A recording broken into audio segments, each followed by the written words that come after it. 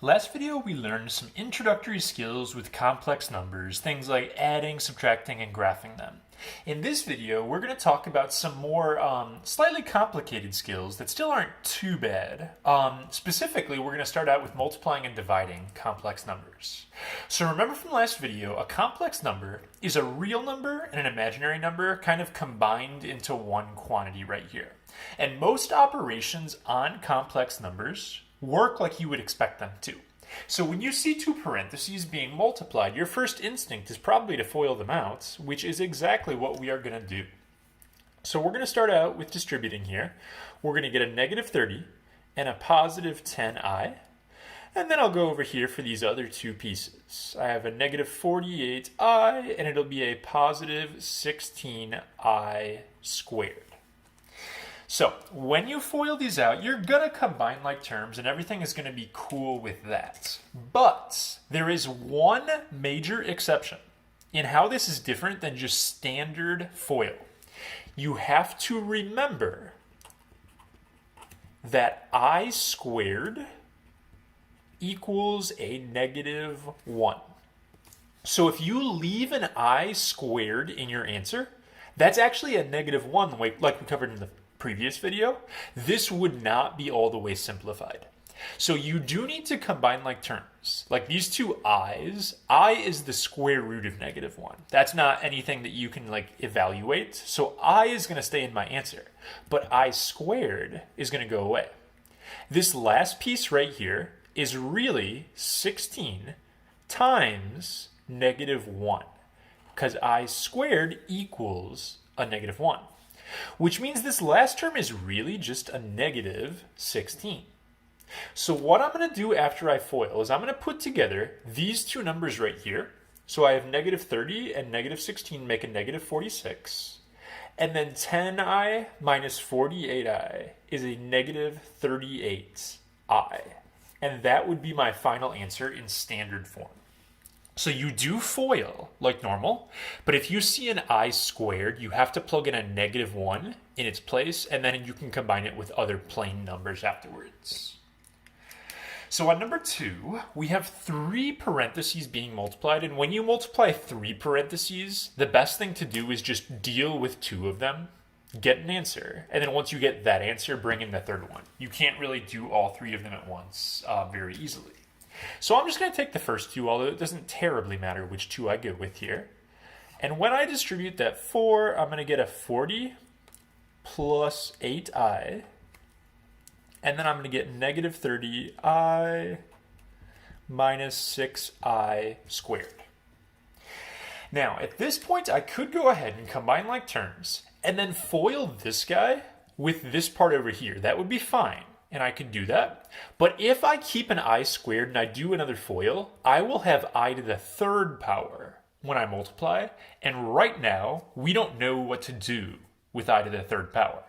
So before I bring in this other parenthesis and I try to like deal with that, I'm going to clean up this problem and get rid of this I squared. So this guy right here is really negative 6 times a negative 1, which is a positive 6. So if I combine like terms right here, I'm going to get a 46, and then I'm going to get a negative 22i.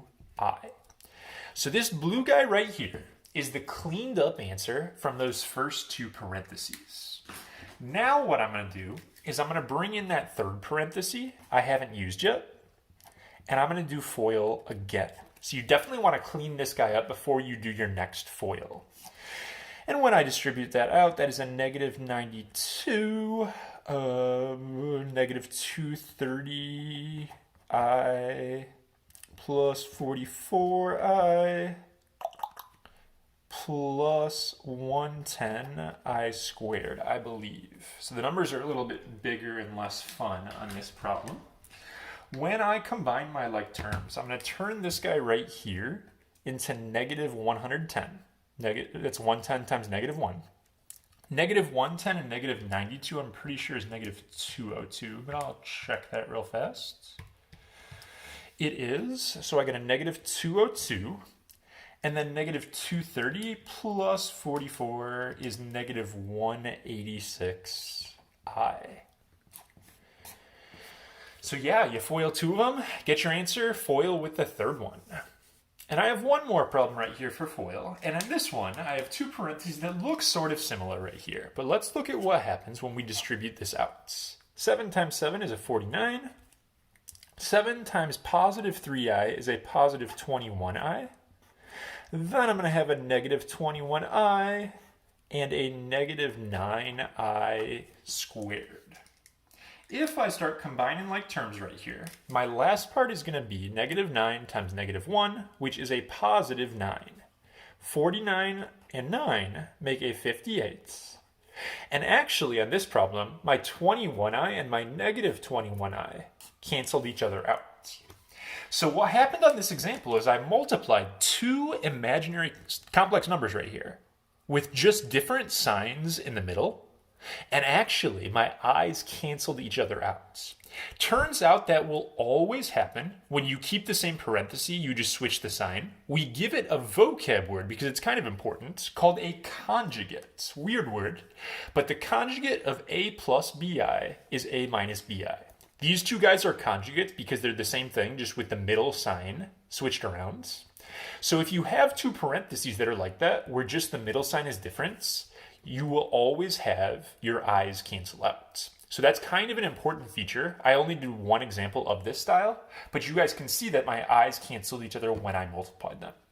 So having that conjugate is actually a really useful thing. So the next piece to this lesson is going to be involving division. And we are going to learn how to divide complex numbers here. And in order to do that, I want you to think real quick about how regular division works. Let's say I have 10 pizzas and I want to split it up into 2 groups. That means each group gets 5 pizzas. So you take how many you have and you split it up into this many groups. So if we look at a problem with i's in it, we're basically taking something and we're trying to split it up into an imaginary number of groups, which really doesn't make any sense. So when you look at a problem like this, there's not going to be just a quick and easy, oh yeah, just divide it like this, because you're dividing something into an imaginary number of piles.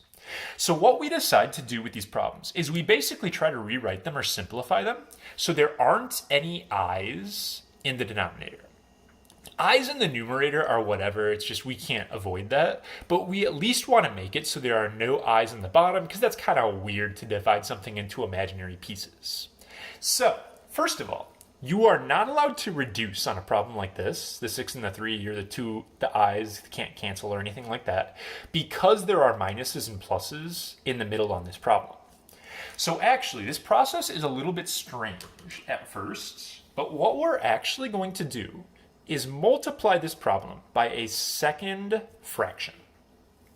In that second fraction, I'm going to look at whatever is in my denominator right here. It'd be awful nice if I could multiply this guy by something that will cancel out the i's in the denominator. That's exactly what we were talking about right here with this idea of a conjugate. So what you're going to do is you're going to look at your bottom. And you are going to switch the sign in the middle so that you have the conjugate of it. So if I have a 3 plus I, I'm going to do a 3 minus I. These guys are conjugates, and when we multiply them, the i's will cancel out. But here's the thing. You can't randomly take a fraction and multiply the bottom by something. It changes the value. So you have to do that exact same thing to the top as well. So you look at the bottom, do the conjugate, you have to do it to the top as well. You're allowed to do this because this green fraction is basically like multiplying by 1. And when you multiply by 1, nothing changes. So I'm going to have to FOIL out my top parts, and then I'm going to FOIL my bottom parts as well. I actually like to start with the bottom because the i's are supposed to cancel. So if they don't, I already know I messed up somewhere. So if I FOIL out 3 plus I with 3 minus I just off on the side, I'm going to get 9 minus 3i plus 3i, and that's going to be minus I squared, which is like minus 1i squared. And these will cancel. Negative 1i squared is negative 1 times negative 1, which is a positive 1. And if you actually clean that up, you will get 10 for your denominator. So if you FOIL these two, The i's cancel, you just get 10. Okay? I also have to FOIL up top, but don't be surprised in this one the i's aren't going to cancel. We're just going to have to rewrite what we get and clean it up. So if I FOIL out my top parts here, I'm going to get 18 minus 6i. I'm going to have another 6i, and then I'm going to have plus 2i squared. So if I combine like terms on that, this is going to be negative 2. So I'm going to get 16 minus 12i. So I FOILed the bottoms, i's canceled, FOILed the tops, just simplified it, and that's what I have. My final step on this problem, when you rewrite these, you have to put them in a plus bi form. So in order to do that, we're just going to break this up into two fractions and reduce each one. We're going to put this guy over 10, and we're going to put this guy over 10 as well. So what is that going to look like? I'm going to have 16 over 10, and then it's minus 2i over 10. I just split it up so they're both over 10. And then I'm just going to reduce, and the problem is over. 16 over 10 reduces to 8 over 5. Minus, and I can reduce this part right here to a 1 over 5. Instead of putting the I up top, I'm just going to put it on the outside right here. Same thing, but it's an A plus BI form if I do that. A is 8 over 5, B is negative 1 over 5. So these are kind of a lot of steps, and they're a little tedious. They're not my favorite problems in the world, but basically you just do a little bit of algebraic manipulation and simplify so you get something in A plus BI form. We're going to do only one more of this kind of problem here, and I'm going to work through it, but I do want you to pause me right now and try it out yourself so you can see that you get it right. So do that and pause, but I'll just start talking about it now. First thing I do is make my second fraction. Always look at the bottom.